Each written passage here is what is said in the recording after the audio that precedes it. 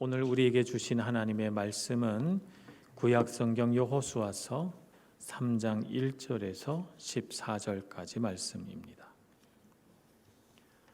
여호수아 3장 1절에서 14절 봉독하겠습니다. 또 여호수아가 아침에 일찍 일어나서 그와 모든 이스라엘 자손들과 더불어 시딤에서 떠나 요단에 이르러 건너가기 전에 거기서 유숙하니라. 사흘 후에 관리들이 진중으로 두루 다니며 백성에게 명령하여 이르되 너희는 레위 사람 제사장들이 너희 하나님 여호와의 언약궤 미는 것을 보거든 너희가 있는 곳을 떠나 그 뒤를 따르라. 그러나 너희와 그 사이 거리가 2000규빗쯤 되게 하고 그것에 가까이 하지는 말라. 그리하면 너희가 행할 길을 알리니 너희가 이전에 이 길을 지나보지 못하였음이니라 하니라. 여호수아가 또 백성에게 이르되 너희는 자신을 성결하게 하라. 여호와께서 내일 너희 가운데 기이한 일들을 행하시리라. 여호수아가 또 제사장들에게 말하여 이르되 언약궤를 메고 백성에 앞서 건너라 하매 곧 언약궤를 메고 백성에 앞서 나아가니라. 여호와께서 여호수아에게 이르되 내가 오늘부터 시작하여 너를 온 이스라엘의 목전에서 크게 하여 내가 모세와 함께 있었던 것 같이 너와 함께 있는 것을 그들이 알게 하리라. 너는 언약궤를 맨 제사장들에게 명령하여 이르기를 너희가 요단 물가에 이르거든 요단에 들어서라 하라.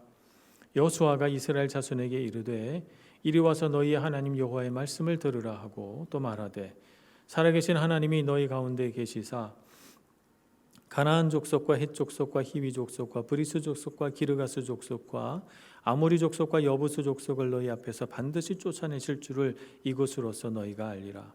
보라 온 땅의 주의 언약궤가 너희 앞에서 요단을 건너가나니 이제 이스라엘 지파 중에서 각 지파에 한 사람씩 12명을 택하라. 온 땅의 주 여호와의 궤를 맨 제사장의 발바닥이 요단물을 밟고 멈추면 요단물 곧 위에서부터 흘러내리던 물이 끊어지고 한 곳에 쌓여 서리라. 백성이 요단을 건너려고 자기들의 장막을 떠날 때 제사장들은 언약궤를 메고 백성 앞에서 나아가니라. 아멘. 오늘 말씀을 보니까 시간 표지 하나가 등장합니다. 여기 2절 말씀에 보면 사흘 후에 이렇게 시간 표지 하나가 등장하는데 1장 11절 말씀에 보면 양식을 준비하라 그러면서 사흘 안에 너희가 이 요단을 건널 것이다 이렇게 돼 있죠. 그러니까 오늘 말씀은 2장에 이어지는 것이 아니라 1장에 이어지는 말씀이다 이렇게 볼 수가 있습니다. 그럼 2장에 있는 여리고성 정탐한 이야기는 뭔가? 그 전에 정탐한 이야기를 1장과 3장 사이에 이렇게 살짝 끼워 넣은 것이다 이렇게 볼 수가 있습니다. 그래서 우리가 말씀을 시간의 흐름을 따라서 보려면 1장 다음에 3장을 보는 것이 시간의 흐름상 맞습니다. 사흘 후에 관리들이 진중으로 두루 다니면서 이제 한 이야기를 합니다. 어떤 이야기를 하는가 하면 제사장들이 어깨 위에 언약궤를 메고 그들이 지금 머물고 있는 이 진중을 떠나서 가는 것을 보거든 그 제사장들의 언약궤를 쫓으라는 것입니다. 그들은 요단 동편 시딤에서 군사를 일으켜 가지고 요단강가에까지 왔습니다. 요단강에 와서 하룻밤을 유숙하고 아침이 되었는데 제사장들이 언약궤를 어깨에 메고 갑자기 가기 시작하는 거죠. 근데 바로 따라가지 말고 2000규빗쯤 거리를 놓고 따라가라고 합니다. 1규빗이 한 40cm 되니까 2000규빗 그러면 한 800m 됩니다. 상당한 거리를 띄워놓고 따라가라 이렇게 말합니다. 백성들이 따라갑니다. 제사장들이 언약궤를 메고 가는 것을 보고 자신들의 장막을 걷고 자신들의 무기를 어깨에 짊어지고 그리고 전쟁 준비를 해서 이 언약궤를 따라가기 시작합니다. 제사장의 발걸음이 요단강가에 이르렀을 때 하나님께서 이제 내가 하는 일을 보라. 제사장들의 발이 요단강물에 잠기면 이제 그 강물이 끊어지고 켜켜이 쌓여서 너희들이 마른 땅으로 지나가게 되리라 말씀하십니다. 과연 언약궤를 맨 제사장들이 요단강에 발을 디디자마자 강물은 끊어집니다. 그때는 우기가 끝난 지점이라 강물이 넘실대서 그 강 기슭에까지 넘치던 때였다고 그렇게 기술하고 있으니까 정말 이 강물이 흐름이 끊어지면서 그 흐르는 강물이 켜켜이 쌓이는 모습이 얼마나 장엄한 광경이었을지 정말 상상이 잘 되질 않습니다. 백성들 그 놀라운 광경 앞에서 언약궤를 맨 제사장들이 서 있는 그 요단강가를 지나 그 마른 땅으로 요단강을 지나갑니다. 여호수아는 각 지파의 한 사람씩을 택해서 너희들이 요단강을 마른 땅으로 걸어 지나갔다는 것을 증명하기 위해서 그 강 바닥에 큰 돌 하나씩을 가져오라 이렇게 말하죠. 그 돌을 가지고 하는 이야기는 이제 4장에서 벌어지게 됩니다. 요단강을 건너고 백성들이 다 건너자 제사장은 어깨에 맨 언약궤를 고이 모시고 그들이 제일 마지막으로 요단강을 건너갑니다. 요단강에서 그들의 발이 떨어지자 쌓였던 강물이 큰 소리를 내면서 무너져 흐르기 시작하죠. 그 또한 놀랍고 무시무시한 광경이었으리라 생각하면서 하나님이 하신 일이 참으로 놀랍다. 이스라엘 백성들이 두 눈으로 똑똑히 보고 삶으로 경험하게 되었으리라 생각합니다. 오늘 우리는 여러 가지 문제들을 여기서 짚어볼 수가 있겠지만 가장 먼저는 도대체 언약궤가 무엇이길래 이토록 소중하게 다루며 그 언약궤가 무엇이길래 이런 큰 하나님의 역사를 일으켜내는가 하는 점을 먼저 짚어보고 가야 되겠습니다. 언약궤라고 하는 것은 십계명 돌판을 넣은 나무 상자입니다. 그 나무는 척박한 광야에서 자라나는 가시나무, 모세가 호렙산에서 떨기나무 아래에서 불타는 떨기나무 속에 있는 하나님을 만났지 않습니까? 그 떨기나무, 그 가시나무를 말하는 겁니다. 그 가시나무로 만든 조각목으로 이 십계명 돌판을 넣은 나무 상자를 짭니다. 그리고 나무 상자 표면을 금으로 다 입혀가지고 순금으로 입혀 놓습니다.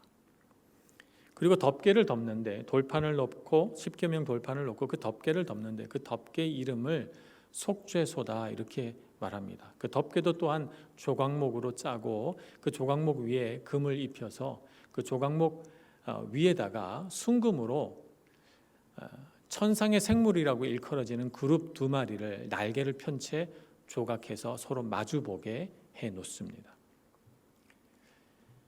이 언약궤를 덮는 그 덮개, 이 덮개 그 그룹이 있는 그곳을 시은좌다 이렇게 말합니다. 시은좌라고 하는 말은 한자 말인데요, 은혜가 흐르는 보좌다 이런 말입니다. 그 속죄소에다가 제사장들이 대제사장이 들어가서 그 속죄소에다가 짐승의 피를 뿌려서 백성들의 죄를 용서해 달라고 하나님 앞에 간구하는 것이죠. 자, 그렇다면 이 속죄소, 시은좌, 언약궤 다 무엇을 나타내는 곳입니까? 출애굽기 25장 22절 말씀은 이렇게 기록하고 있습니다. 거기서 내가 너와 만나고 속죄소 위 곧 증거궤 위에 있는 두 그룹 사이에서 내가 이스라엘 자손을 위하여 내게 명령할 모든 일을 내게 이르리라. 그러니까 속죄소라고 일컬어지는 언약궤 덮개 위에 있는 그룹 사이에서 하나님이 나타나셔서 말씀하시고 백성들이 갈 길을 지도하시고 인도하신다는 말입니다. 그러니까 언약궤는 하나님의 임재의 상징입니다. 하나님이 거기 임하신다는 뜻입니다. 시편에도 이러한 말씀이 기록되어 있습니다. 시편 99편 1절에 이렇게 기록되어 있습니다. 여호와께서 다스리시니 만민이 떨 것이요 여호와께서 그룹 사이에 좌정하시니 땅이 흔들릴 것이로다. 그룹 사이에 좌정하신다. 하나님의 보좌가 바로 이 속죄소 위에 계시다는 것입니다. 하나님의 임재의 장소, 영광의 장소, 하나님의 보좌가 있는 곳이 바로 이 언약궤다라고 하는 것이죠. 그래서 하나님의 임재가 있는 곳이기 때문에 백성들이 이 언약궤를 어디다가 놓았느냐 하면 지성소에 놓았습니다. 성막을 지을 때 하나님의 명령을 따라 성막을 짓지 않았습니까? 광야에서. 바깥들, 안뜰, 성소, 지성소 이렇게 구분이 되는데 가장 깊숙한 지성소에 언약궤를 보관하고 이 언약궤가 있는 곳에는 대제사장만 들어갈 수가 있었죠. 언약궤가 이 지성소의 자리를 나와서 사람들이 다 볼 수 있는 곳에서 행진하는 경우는 흔치 않았습니다. 물론 광야 시절에는 불기둥, 구름기둥을 따라 이동해야 했으니까 그때마다 백성들이 볼 수 있었겠지만 광야 시대가 끝나고 나서는 이렇게 언약궤가 백성들의 눈앞에 밝히 보이는 경우는 잘 없었죠. 성경에는 두 경우를 소개하고 있는데 하나는 지금 우리가 읽은 요단강을 건너는 바로 이 순간이고 또 하나는 블레셋 군이 쳐들어왔을 때 사무엘상에 보면 홈리와 비느하스가 이 언약궤를 메고 블레셋과 싸우는 전쟁터로 향하게 됩니다. 이 언약궤가 도착하자 백성들이 환호를 지르고 발을 굴렀는데 그 소리가 얼마나 컸는지 땅이 울렸다 이렇게 기록하고 있습니다. 하나님의 임재가 우리 가운데 있다 이렇게 믿었던 것이죠. 그런데 놀랍게도 이 요단강에서 일어났던 사건과는 반대 현상이 일어납니다. 그래서 블레셋과의 전투에서 이스라엘 백성들은 패하게 되고 언약궤는 블레셋 사람들에게 빼앗기게 됩니다. 정말 상상할 수 없는 그런 일이 벌어진 것이죠. 이것을 통해서 하나님은 우리에게 가르쳐 주십니다. 언약궤라고 하는 것이 하나님의 임재의 상징이지만 그 하나님의 언약궤가 부적이나 요술지팡이처럼 신비로운 일을 일으켜내는 그런 마술적인 물건은 아니다라고 하는 사실을 우리에게 가르쳐 주십니다. 인간의 욕심과 소원을 이루는 도구로서의 역할이 아니라는 말입니다. 그래서 사람이 하나님을 조종할 수 없다는 것을 우리에게 가르쳐 주시죠. 하나님의 임재라고 하는 것은 하나님의 주권 안에서 우리 안에 일어나는 일이고 하나님의 백성이 하나님의 뜻에 순복하고 엎드릴 때 하나님의 임재가 있는 것이지 사람이 사람의 욕심을 따라서 자기의 소원을 이루고자 하나님을 마음대로 자기 뜻대로 조종할 수 없다는 사실을 우리에게 가르쳐 주고 있는 것입니다. 말하자면 언약궤를 메고 있는 것은 사람이지만 그러나 그 사람을 인도하시는 것은 하나님이시다. 하나님의 인도하심에 순종해야만 하나님의 임재를 경험할 수 있다. 이렇게 말씀하시는 것입니다. 하나님의 언약궤는 이렇게 이스라엘 백성들에게는 하나님의 현존, 하나님의 임재를 상징하는 거라서 너무나도 소중했습니다. 다윗이 언약궤를 예루살렘 도성으로 인도해 드리고 성막에 복원했다가 그리고 솔로몬이 성전을 지어서 그 성전 가장 깊은 곳 지성소에 보관하게 됩니다. 그러니까 솔로몬 때 이후로는 언약궤가 그 지성소에서 나온 적이 없습니다. 그런데 성경에 보니까 언약궤가 없어질 날이 온다라고 하는 예언이 있습니다. 예레미야의 예언입니다. 예레미야 3장 16절 말씀에 보면 예레미야는 이렇게 예언합니다. 여호와의 말씀이니라 너희가 이 땅에서 번성하여 많아질 때에는 사람들이 여호와의 언약궤를 다시는 말하지 아니할 것이요 생각하지 아니할 것이요 기억하지 아니할 것이요 찾지 아니할 것이요 다시는 만들지 아니할 것이며 언약궤가 없어진다는 거예요. 사람들이 언약궤를 찾지도 않고 기억하지도 못할 것이라고 예언합니다. 어떤 일이 벌어졌습니까? 예레미야 선지자는 남유다가 멸망한 그 순간에 하나님의 말씀을 대언했던 선지자입니다. 남유다가 멸망하면서 바벨론이 예루살렘을 완전히 파괴했습니다. 성전도 마찬가지입니다. 완전히 파괴하고 약탈하고 지성소에 있던 언약궤도 탈취해 갔습니다. 그리고 어떻게 된지 모르죠. 그리고 우리 역사에서 언약궤는 사라져 버립니다. 그래서 역사학자들은 분명히 어디 있을 것이다. 그래서 언약궤를 찾는 이야기들을 이렇게 상상해서 그려내곤 했습니다. 제가 어렸을 때 인디애나 존스라고 하는 그런 영화가 있었는데 거기도 보면 그 인디애나 존스가 찾으러 가는 것이 언약궤입니다. 물론 거기서 그려지는 언약궤는 하나님의 임재의 상징이 아니라 무슨 능력을 행하는 요술지팡이처럼 그렇게 그려졌지만 말입니다. 언약궤가 사라졌습니다. 그래서 포로기 이후에 지어진 새 성전에도 지성소에는 언약궤가 없었습니다. 헤롯 대왕이 솔로몬의 성전보다 더 아름답게 짓겠다고 말하면서 크게 지었던 그 헤롯 성전에도 언약궤는 없었습니다. 사라진 언약궤, 우리 삶의 언약궤를 따라간다는 것이 무슨 의미일까요? 성경에 보니까 예수님께서 십자가에 고통받으시다가 숨을 거두시는 그 순간 성전 지성소의 휘장이, 그 휘장은 지성소와 성소를 구분하는 휘장입니다. 위에서부터 아래로 찢어져 둘로 나뉘었다라고 하는 기록이 남아 있습니다. 지성소가 열린 것입니다.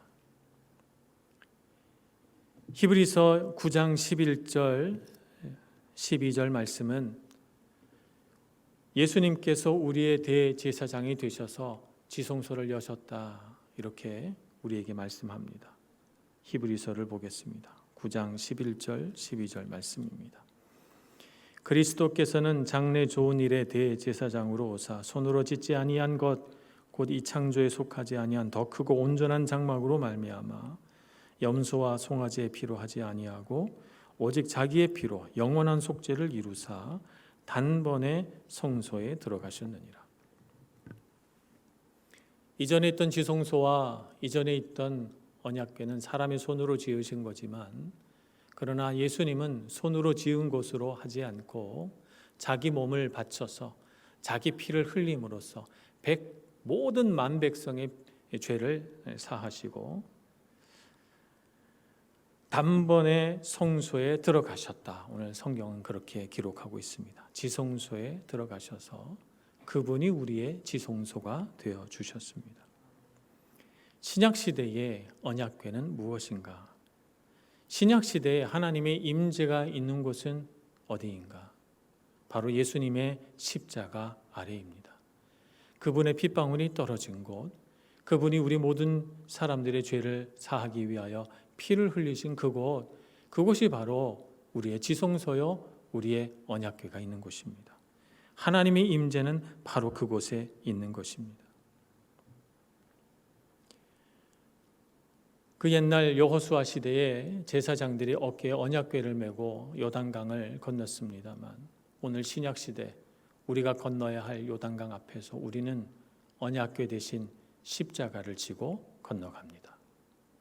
십자가가 바로 우리의 언약궤요, 하나님의 임재가 있는 곳이기 때문에 그렇습니다.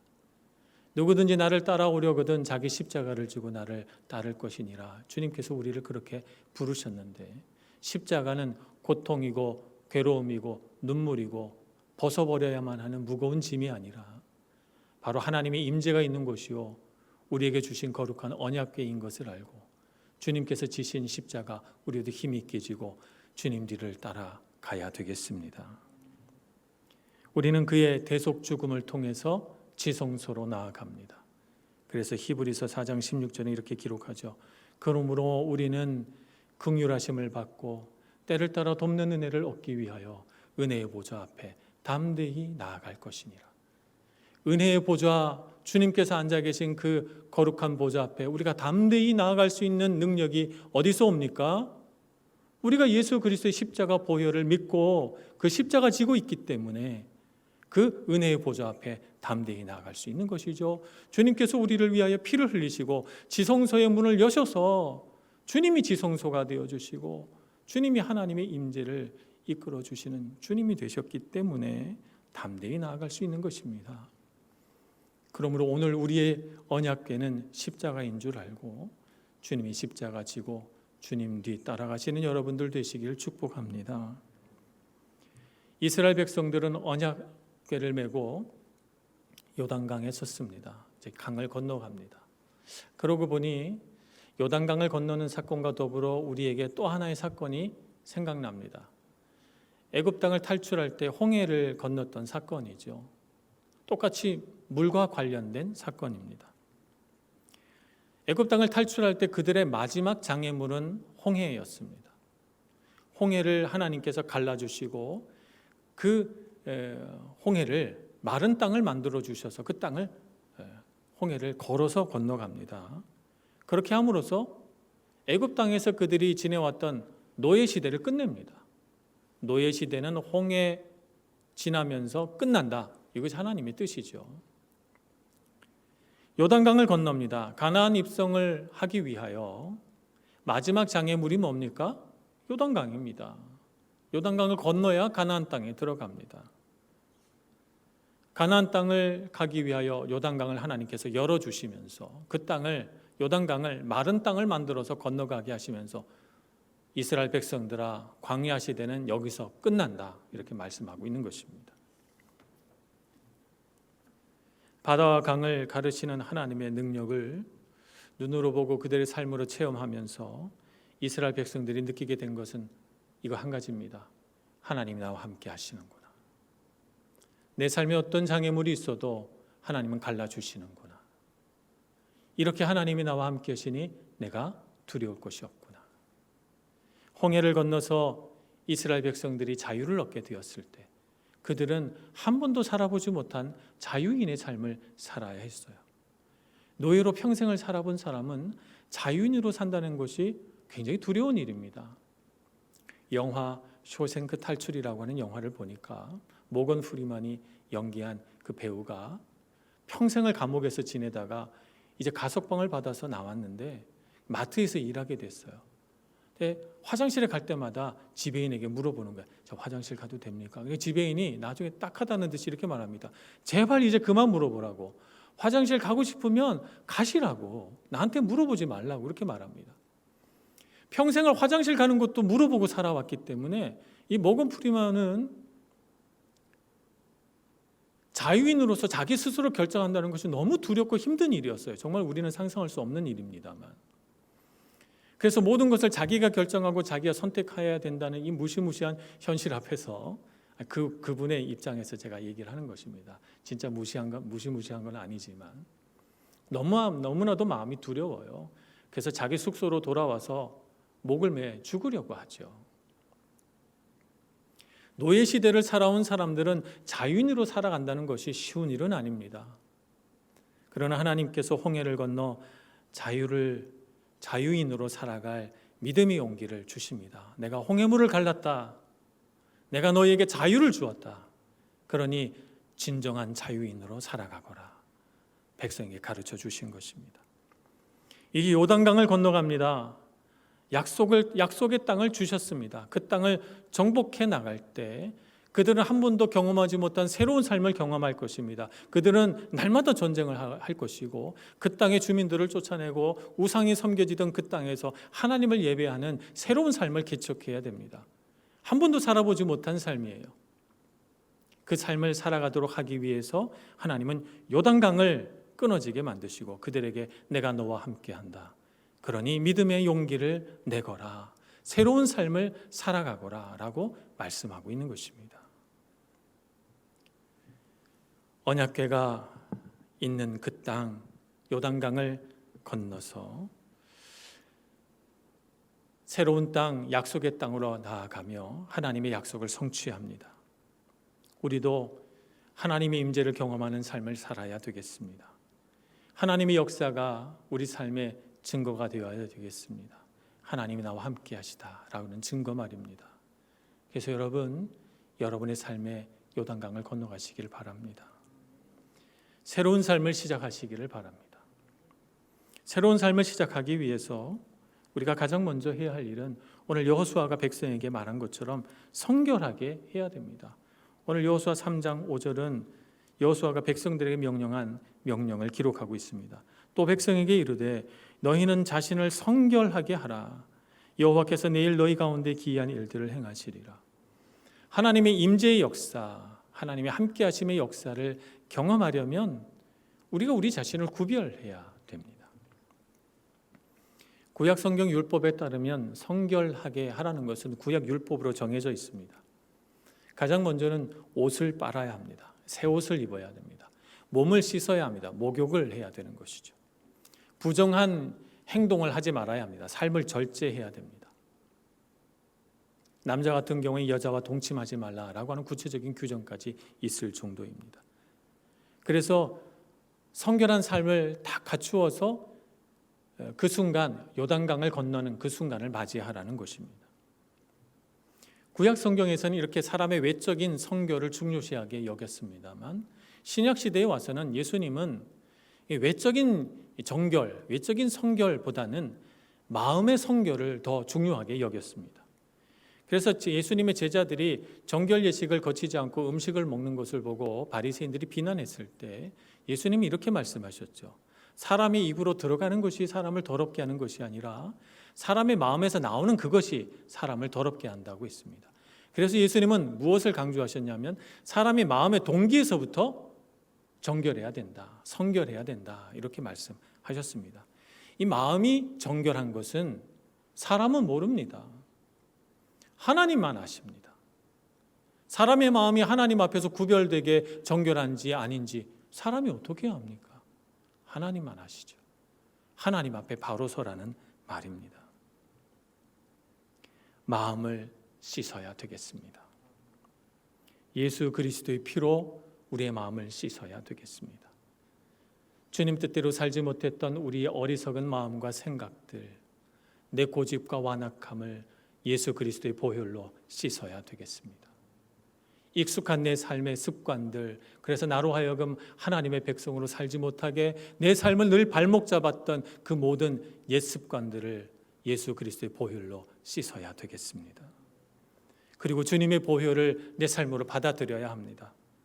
나를 위해서, 나를 사랑하셔서 흘리신 주님의 그 희생과 그 값진 피를 내 삶으로 받아들이고 주님 때문에 용서받았습니다. 주님이 나를 위해 죽으셨습니다. 감사합니다. 내 노력이 아니라 내 공로가 아니라 주님의 은혜입니다. 라고 고백하는 저와 여러분 되기를 소망합니다.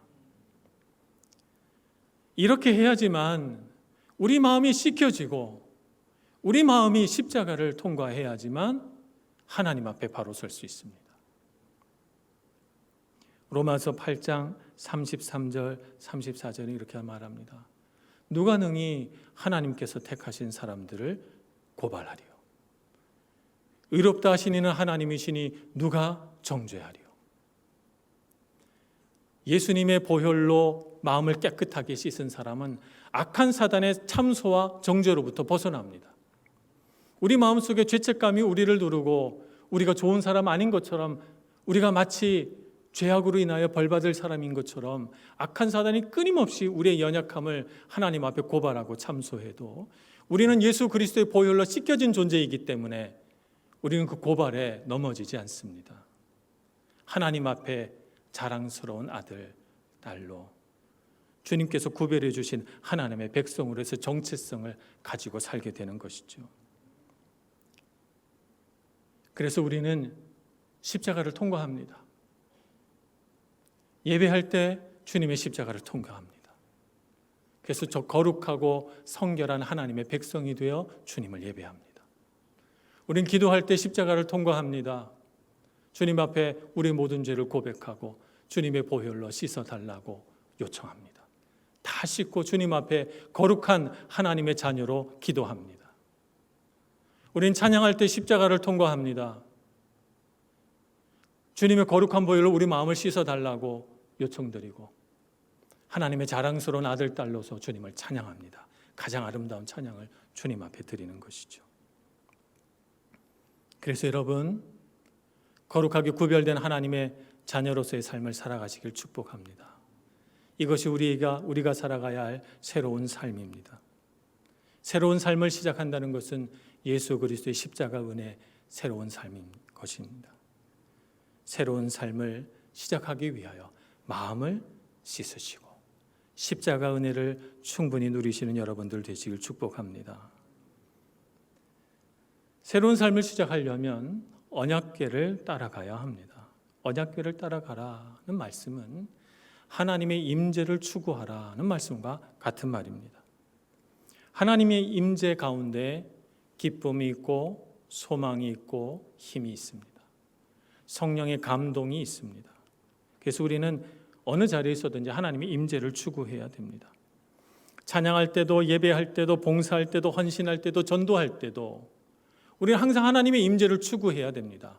하나님이 계시지 않고 나 혼자 봉사하는 것이 무슨 의미가 있으며 하나님 없이 내가 전도하는 것이 무슨 의미가 있습니까? 하나님은 임재하시지 않는데 내가 아무리 소리 높여 찬양한다고 한들 그것이 하나님의 마음을 움직일 수 있겠습니까?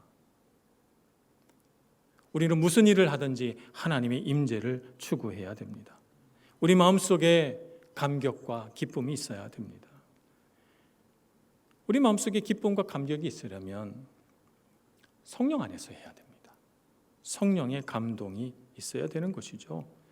에베소서 6장 18절 말씀에 보면 모든 기도와 간구를 하되 항상 성령 안에서 기도하고, 기도와 간구를 하는데 항상 성령 안에서 기도하랍니다. 성령 안에서 기도해야 하나님의 임재가 있는 기도가 되는 것입니다. 베드로후서 1장 21절에 보면 이렇게 기록되어 있습니다. 예언은 언제든지 사람의 뜻으로 낸 것이 아니요 오직 성령의 감동하심을 받은 사람들이 하나님께 받아 말한 것이니라.